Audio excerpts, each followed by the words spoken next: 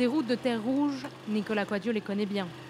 Il est agent de santé mentale communautaire aux alentours de Bouaké, au centre de la Côte d'Ivoire.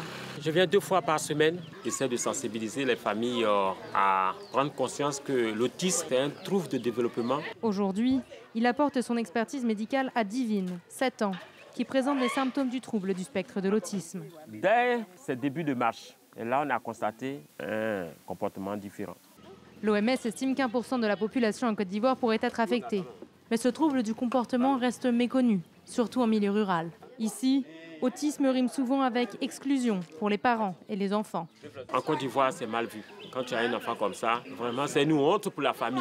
Et là, 2 fois, on est censé de les maintenir à la maison, de les enfermer. Les parents de Divine n'ont pas les moyens de l'emmener consulter un spécialiste. C'est donc Nicolas qui fait la navette.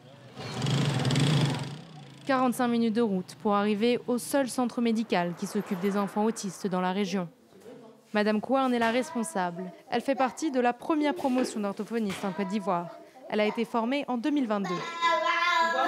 En l'absence d'un médecin qualifié pour poser un diagnostic, elle fait une première séance d'observation avec Divine. Est-ce que c'est pareil?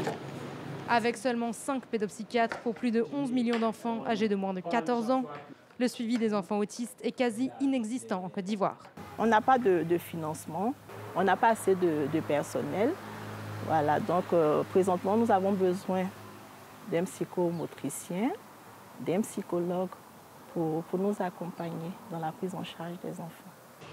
Les autorités sanitaires prévoient de lancer un vaste projet de dépistage de l'autisme en 2023.